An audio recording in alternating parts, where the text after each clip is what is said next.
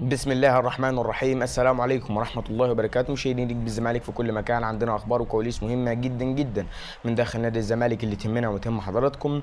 يلا بينا على التفاصيل اللي معانا في الفيديو ده. وأكيد لا صوت يعلو فوق كل صوت الرياضة المصرية، ألا وهي مباراة منتخب مصر اليوم أمام بوركينا فاسو. طبعا المباراة تكون الساعة 7 مساء طبعا، ويا رب يا علي انصر منتخبنا الغالي، لأن طبعا الفوز اليوم هيأهل منتخب مصر ليه يعني المركز اللي تستحقه أو المكان اللي تستحقها اللي هي كاس العالم.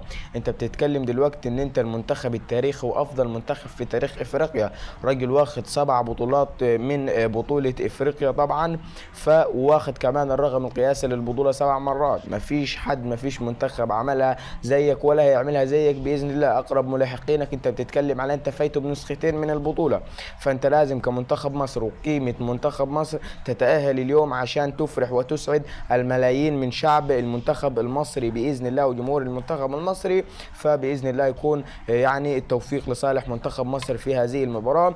نبدا معاك في نشره اخبار نادي الزمالك، وخليني اقول لك عاجل وحصريا لنجم الزمالك. خليني اقول لك ان وصلنا خبر منذ دقائق معدودة ان 6 ايام تفصل عودة المستندات الرسمية لنادي الزمالك في حتة ارض اكتوبر. كلنا شفنا علم نادي الزمالك رفرف من جديد فوق ارض 6 اكتوبر الخاصة بنادي الزمالك، وشفنا اللي حصل وقلت لك كل الاخبار والتفاصيل في فيديو سابق. اليوم وصلنا معلومة ان وزارة الاسكان هتسلم الارض لنادي الزمالك رسميا، ولكن هتبقى في شروط، يعني شروط حادة وشروط صعبة جدا جدا للزمالك عشان يعرف او عشان وزارة الاسكان تضمن ان الزمالك مش هياخد او الزمالك مش هيعمل زي ما حصل من 2002 لحد دلوقتي. انت دلوقتي وزاره الاسكان ادتك فرصه تانية، فلا بد ان انت تمسك في الفرصه دي وما تفوتهاش من ايدك، لان طبعا ارض اكتوبر لو فاتت اعتبر الزمالك ده اتقفل خلاص.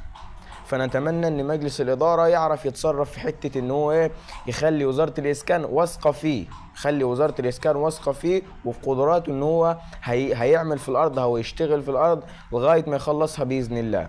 كمان خلينا نتكلم معاك في المصايب اللي بتحل على مجلس اداره نادي الزمالك في الوقت الحالي، ولكن خلينا اقول لك تاكد غياب مهند لاشين عن منتخب مصر او مواجهه منتخب مصر اليوم، ده خبر عاجل تو نازل كده. خليني اقول لك بالنسبه لي ازمه ايقاف القيد بنادي الزمالك، وده لسببين. رقم واحد كونراد مشلاك، والسبب الثاني هو خوان الفينا، وهقول لك السبب. خليني اقول لك ان كونراد مشلاك حاليا بيمثل ازمه وصداع في مجلس اداره نادي الزمالك بسبب مستحقات اللاعب المتاخره عند نادي الزمالك. نادي الزمالك كان توصل مع اللاعب سابقا لحل الازمه بشكل ودي، لكن اللاعب رفض الحل بشكل ودي وبيطالب بكامل عقده. ده الجديد بقى، اللاعب كان بيطالب بمستحقاته بس، لا ده انت الجديد اللاعب درس مع محاميه وشاف انه يستحق كامل عقده او القيمه الكامله للعقد بتاعه. فاللاعب رفض التفاوض الودي مع الزمالك او حل الازمه وديا، وبيطالب بكامل عقده اللي هو بيبلغ 770 الف دولار. فانت كده احسب معايا وهات الكالكوليتر واكتب 750 الف دولار، ولسه هزود لك في الارقام. اللاعب قدم شكوى في الفيفا ضد نادي الزمالك، والفيفا هددت نادي الزمالك بايقاف القيد. دي رقم واحد. رقم اتنين خلينا نتكلم معاك في خوان الفينا. دلوقتي المدير الرياضي لنادي اولكسندريا اللي هو النادي الاوكراني، نادي الزمالك كان واعد النادي ده انه بعد اسبوعين او اسبوع بالكتير، بعد اسبوع او اسبوعين بالكتير هيتم سداد قيمه صفقه خوان الفينا اللاعب البرازيلي اللي يلعب نادي الزمالك الحالي.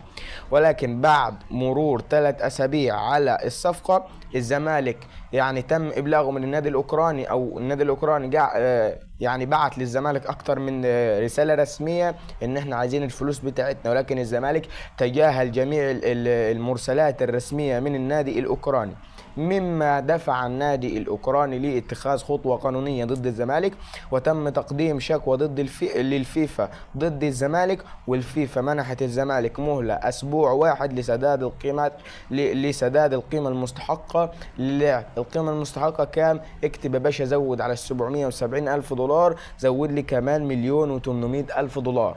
1,800,000 دولار. انت بتتكلم دلوقتي يا باشا على ايه؟ 2,000,000 و 500 و 250 الف دولار. 2,500,000 و 250. بتتكلم كمان ان في لعيبه عندك لها مستحقات، وبمناسبه المستحقات جون ادوارد ابلغ اللعيبه بسداد جزء من مستحقاتهم قبل مباراه المصري.